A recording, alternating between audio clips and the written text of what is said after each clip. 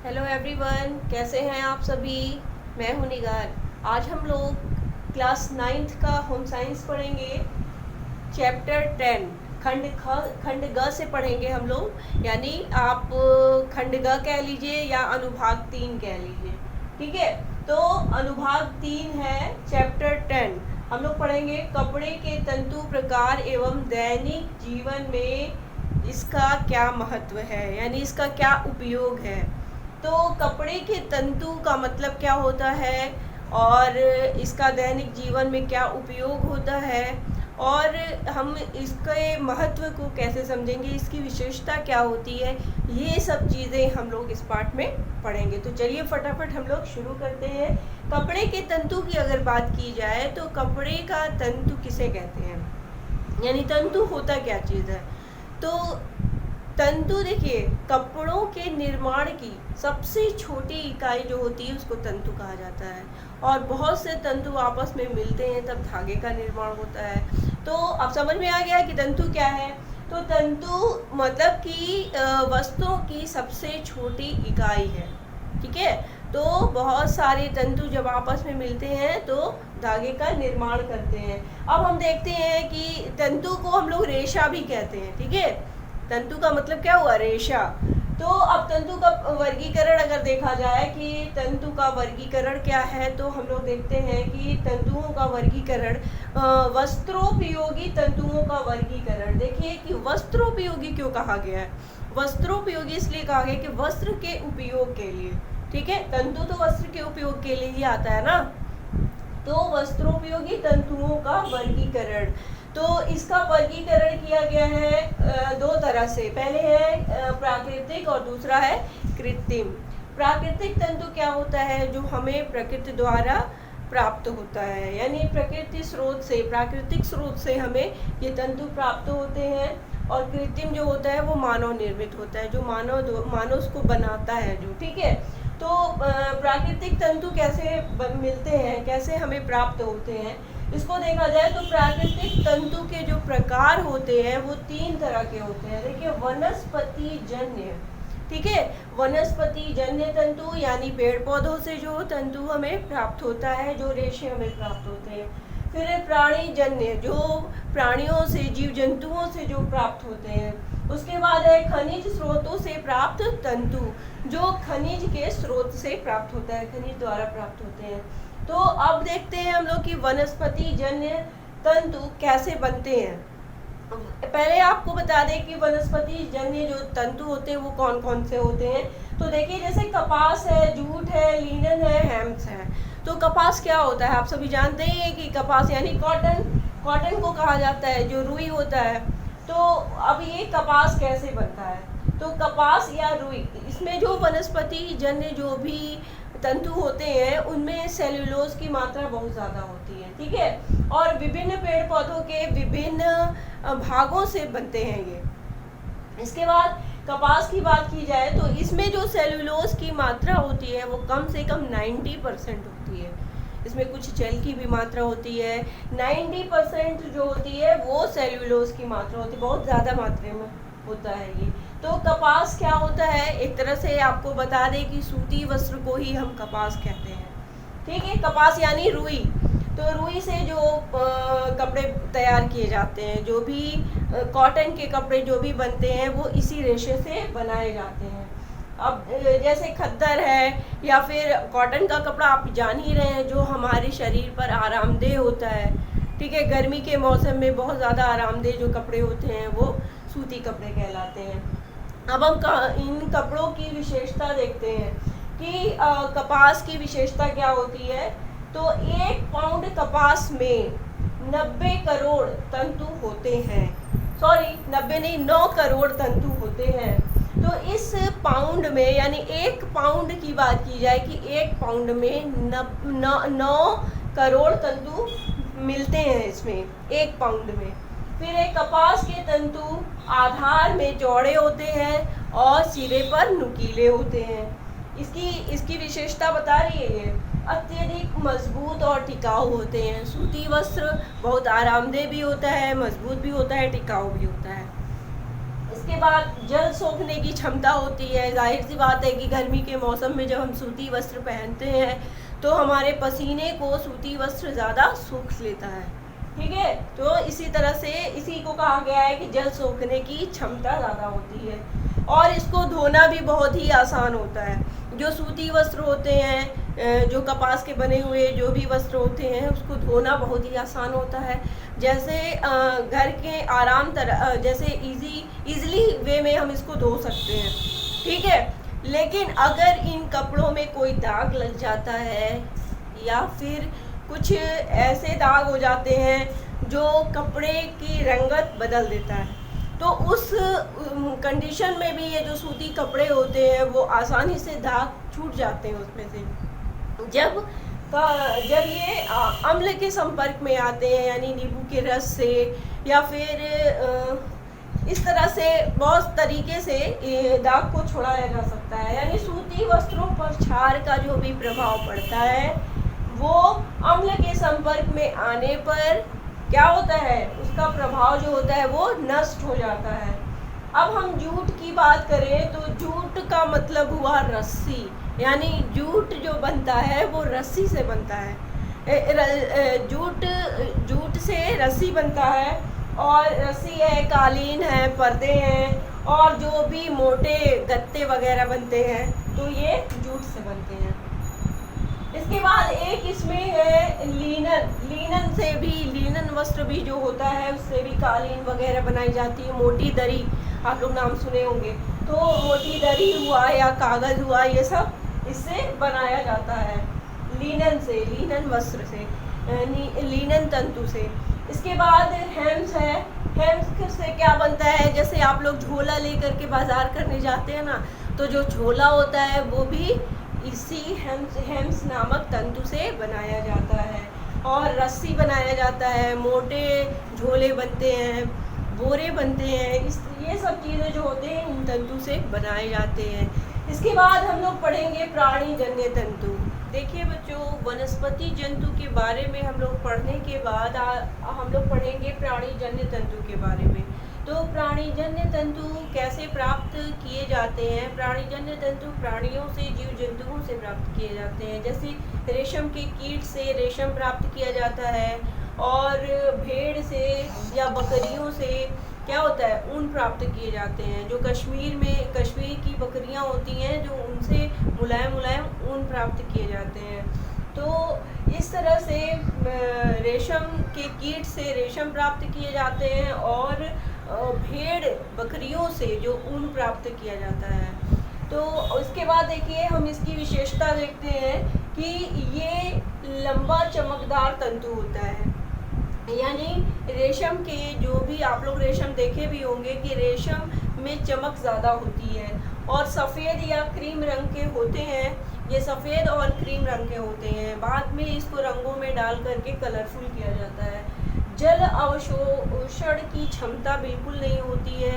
ये थोड़ा सा भी पानी अगर इस पर इन कपड़ों पर पड़ जाता है तो फैल जाता है पानी, यानी पानी को अवशोषण की क्षमता इनके अंदर नहीं होती है। हल्के अम्ल के संपर्क में आने से ये और चमकदार हो जाते हैं। यदि इनके ऊपर हल्का अम्ल डाला जाए तो ये और चमकीले होते हैं। और कास्टिक सोडे के संपर्क में जब आते हैं, जो धोने वाला सोडा होता है उसके संपर्क में जब आते हैं तो ये जलने लगते हैं, यानी कि इनकी जो चमक होती है वो कम होने लगती है कास्टिक सोडे से। यानी कास्टिक साबुन से या सोडे से अगर हम धोते हैं तो इनकी चमक कम हो जाती है। रगड़ने या मलने से भी इनकी जो कोमलता होती है वो नष्ट हो जाती है, ख़त्म हो जाती है। रेशम के तंतु जलाने पर ऐसी गंध आती है जैसे बाल के जलने की गंध आती है, ठीक है। जैसे बाल जलता है उसकी जो गंध आती है, वैसे ही रेशम के जो तंतु जलते हैं तो उससे भी ऐसे ही गंध आती है। इसके बाद हम लोग देखेंगे ऊन की विशेषता। देखिए बच्चों, ऊन की क्या विशेषता होती है। आप लोग ज़्यादातर तो जानते ही हैं कि ऊन ऊष्मा का कुचालक होता है, ठीक है। ऊन क्या होता है? ऊष्मा का कुचालक होता है, यानी कि हमारे शरीर से जो ऊष्मा बाहर नहीं निकलने देता है, अंदर ही रखता है। इसीलिए हम लोग क्या करते हैं, ज़्यादा ठंड के मौसम में ऊनी वस्त्र पहनते हैं। तो वो क्या करता है कि हमारे शरीर के अंदर गर्माहट रखता है, बाहर नहीं निकलने देता है गर्मी को। और तीव्र धूप में रंग हल्का पड़ जाता है। इसका जो इस तंतु के को अगर हम इस यानी कि जो ऊन के जो भी बने हुए वस्त्र होते हैं यदि हम धूप में डाल देते हैं तो क्या होता है, ऊन का रंग हल्का पड़ सकता है। कास्टिक सोडे के प्रयोग से ऊन चिपक जाते हैं, यानी कि यदि हम कास्टिक सोडे का प्रयोग करते हैं इसको धोने के लिए तो उससे क्या होता है, जो भी हमारी स्वेटर वगैरह होती है वो झोले जैसी हो जाती है, यानी सिकुड़ जाता है, तो बिल्कुल छोटा हो जाता है। इसीलिए कहा जाता है कि हमेशा जो ऊनी वस्त्र है उसको ईजी में धोया जाता है। तो ईजी जो होता है उसमें कास्टिक की मात्रा कम होती है, इस वजह से ईजी में धोने के लिए एडवाइस दिया जाता है। इसके बाद हम लोग देखते हैं खनिज पदार्थों से निर्मित तंतु। खनिज पदार्थों से कैसे कैसे हमें तंतु प्राप्त होते हैं। तो देखिए बच्चों, खनिज पदार्थ क्या होते हैं, सोना चांदी या एल्युमिनियम ये सब होते हैं। तो सोने चांदी से जो तंतु बनते हैं, ठीक है। अब सोने चांदी से तंतु कैसे बनते हैं, तो सोने चांदी से तंतु मशीनों के माध्यम से बनते हैं, ठीक है। जैसे जरी की कढ़ाई आप लोग देखे होंगे, कपड़े में बहुत तरह की कढ़ाई होती है, जरी की कढ़ाई होती है। और आप पहले जो कपड़े बनते थे उसमें सोने चांदी के लैस लगाए जाते थे, उनके जो पतले पतले तार बनाए जाते थे, सोने के पतले पतले तार, चांदी के पतले पतले तार, उससे कपड़े की डिज़ाइनिंग की जाती थी। तो अब तो उतना नहीं होता है, लेकिन पहले के कपड़ों में ऐसा होता था। तो वो सोने चांदी से जो निर्मित जो भी वस्त्र तैयार किए जाते हैं वो इसी से तैयार किए जाते हैं। उसके बाद हम लोग देखते हैं एस्बेस्टॉस से निर्मित तंतु। एस्बेस्टॉस से जो तंतु बनते हैं वो आग का कोई प्रभाव उस पर नहीं पड़ता है, यानी कि यदि आग में चले जाएं तो हम जल नहीं सकते। तो आग के प्रभाव से वो सुरक्षा करता है, ठीक है। ये तंतु तो आग की सुरक्षा करता है, यानी कि आग से बचाता है ये तंतु, ठीक है। इस प्रकार के जो भी वो कपड़े होते हैं। इसके बाद देखिए कृत्रिम मानव निर्मित, जो मानव द्वारा बनाए जाते हैं, ठीक है।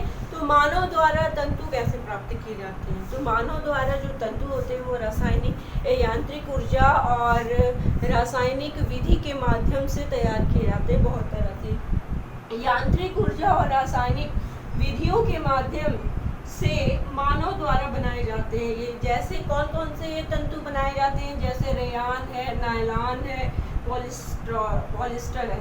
तो इस तरह के जो तंतु होते हैं वो मानव के द्वारा बनाए जाते हैं, मानव निर्मित होते हैं। लेकिन मानव निर्मित कैसे बनाता है, रासायनिक क्रियाओं के माध्यम से, रासायनिक विधि के माध्यम से। कैसे बनाता है, जैसे मान लीजिए रेयान है, तो रेयान को कैसे बनाता है, लकड़ी या बांस, इसको क्या करता है, रुई की लुगदी, ठीक है, इन सबको बना करके लुगदी बना करके, यानी कि इसको द्रवित किया जाता है रासायनिक माध्यम से। द्रवित करने के बाद इस द्रव को जो महीन छिद्र से निकाल करके, यानी जो मशीन के द्वारा, मशीन में महीन महीन छिद्र होते हैं उसके द्वारा उससे निकाल करके पतले पतले तार बनाए जाते हैं। तो इस तरह से ये तंतु प्राप्त किए जाते हैं। नायलॉन की बात करें हम, तो नायलॉन में ताप का सुचालक होता है। नायलॉन जो तंतु होता है वो ताप का सुचालक होता है, और कोयला जलवायु के संपर्क से ये रासायनिक विधि द्वारा, मतलब कोयला से और पानी से और हवा के संपर्क में आकर रासायनिक विधि द्वारा ये नायलॉन का जो तंतु होता है वो बनाया जाता है। इसके बाद पॉलिस्टर की बात की जाए, तो पॉलिस्टर जो होता है वो आग के प्रभाव के पास जाते ही जल जाता है, यानी ये जो तंतु होता है वो जैसे ही आग के संपर्क में आएगा तो तुरंत जला देता है उस तंतु को। तो इसलिए आग से बहुत दूर रखा जाता है इसको। देखिए बच्चों, वस्त्रों का जीवन में उपयोग और महत्व। हमारे जीवन में वस्त्रों का बहुत उपयोग होता है, तो उसका उपयोग कहाँ कहाँ होता है वो हम लोग पढ़ते हैं कि वस्त्रों का जीवन में उपयोग तथा महत्व। शरीर को सुरक्षा प्रदान करना, यानी वस्त्र क्या करता है, शरीर को सुरक्षा प्रदान करता है, शरीर की सुरक्षा होती है, और वस्त्र तन ढकने में भी सहायक होता है। ज़्यादातर आप जानते ही हैं कि वस्त्रों का क्या क्या उपयोग होता है, ठीक है। तो हम आपको मेन बता देते हैं कि शरीर को सजाने संवारने में भी सहायक होता है। अलग तरह तरह का स्टाइलिश ड्रेस जो निकलते हैं पहनते हैं तो उससे स्मार्टनेस बढ़ जाती है, तो वो क्या करता है, लुक बढ़ा देता है। इसके बाद है सामाजिक प्रतिष्ठा में वृद्धि करता है, यानी कि कपड़े से ही हमारी पहचान बनती है कि जैसा कपड़ा हम पहनते हैं उस हिसाब से हमारी प्रतिष्ठा बढ़ती है समाज में। फिर है वस्त्र व्यक्ति को विशिष्ट पहचान प्रदान करता है, यानी वस्त्रों से ही व्यक्ति की पहचान होती है। इसके बाद देखिए अन्य भी उपयोग होता है, ये तो पहनने को लेकर के हो गया कि पहनने से क्या क्या हमको फायदा होता है। इसके बाद देखिए वस्त्रों का अन्य उपयोग भी हम करते हैं, जैसे चादर बनाते हैं, चादर बनते हैं, विभिन्न प्रकार के पर्दे बनते हैं, बहुत तरह तरह के पर्दे बनते हैं, घर को सजाने के लिए पर्दे लगाए जाते हैं जो। उसके बाद कालीन है, रजाई का खोल है, शामियाना है, बिस्तर है, बहुत सारे प्रयोग किए जाते हैं। कपड़ों का बहुत सारा प्रयोग किया जाता है। इसके साथ ही साथ चिकित्सा के क्षेत्र में भी बहुत ज़्यादा प्रयोग किया जाता है कपड़े। तो ये कपड़े के उपयोग हैं, इससे कपड़े हमारे जीवन में बहुत ही महत्वपूर्ण होते हैं। इसके बाद हम देखते हैं कि हमारे लिए जो ये तंतु हैं, प्राकृतिक तंतु और कृत्रिम तंतु, उसमें अंतर क्या होता है। ठीक है, हम अगर अंतर को पहचान लेते हैं तो हमारे लिए ये जानना बहुत ही आसान हो जाता है। ठीक है, कि प्राकृतिक तंतु क्या है, कृत्रिम तंतु क्या है। देखिए प्राकृतिक तंतु जो होते हैं वो सीमित होते हैं, यानी बहुत कम मात्रा में मिलते हैं, उपलब्ध कम होते हैं वो। ठीक है, सीमित मात्रा में ही इनका उपयोग होता है, यानी उपलब्ध होते हैं ये। जितना चाहे मानव द्वारा बनाया जा सकता है। जो कृत्रिम तंतु होता है वो मानव द्वारा बनाया जाता है, तो वो अपनी आवश्यकता अनुसार वो जो भी कपड़े के जो भी उद्योग धंधे होते हैं, जो भी खोलते हैं लोग कपड़ा, तो वो अपने अनुसार वो बना सकते हैं। कितना भी ज़्यादा, अगर ज़्यादा सेलिंग हो रही तो ज़्यादा कपड़े का उपयोग लोग करते हैं, ज़्यादा बनाते हैं लोग कपड़ा। तो इस तरह से मानव द्वारा मानव स्वयं कपड़े का उपयोग कर सकता है, यानी जो स्वयं बनाता है तो वो अपनी आवश्यकता के अनुसार अधिक कम बना सकता है। इसके बाद मजबूती बहुत कम होती है, यानी जो कृत्रिम तंतु होते हैं उनकी मजबूती कम होती है। जो हाथ से बने हुए होते हैं, यानी जो मानव द्वारा बनाए जाते हैं, उनमें मजबूती ज़्यादा होती है। कृत्रिम स्रोतों से प्राप्त किए जाते हैं, यानी ये जो प्राकृतिक तंतु होते हैं वो प्राकृतिक स्रोतों से प्राप्त किए जाते हैं और ये मानव द्वारा बनाए जाते हैं रासायनिक माध्यम से, रसायन प्रयोगशाला में और उद्योगशाला में। इनका मतलब ये बहुत तरीके से विधियों द्वारा, विभिन्न प्रकार की विधियों द्वारा तैयार किए जाते हैं ये। इसके बाद है कि इनके गुणों को आवश्यकता अनुसार मानव स्वयं निर्धारित करता है। ठीक है, और इनके गुण यानी कि इनका जो रंग है, इनका कलर है, इनकी लंबाई चौड़ाई वो मानव स्वयं निर्धारित करता है। लेकिन जो प्राकृतिक तंतु होते हैं वो उनके गुण, उनकी मजबूती, उनका रंग, उनकी लंबाई सब कुछ निश्चित होती है। तो ये प्राकृतिक तंतु और ये कृत्रिम तंतु हो गया। इसके बाद लगभग हमारा ये चैप्टर समाप्त हो गया है। आप लोग पढ़िए। Thank you, have a nice day.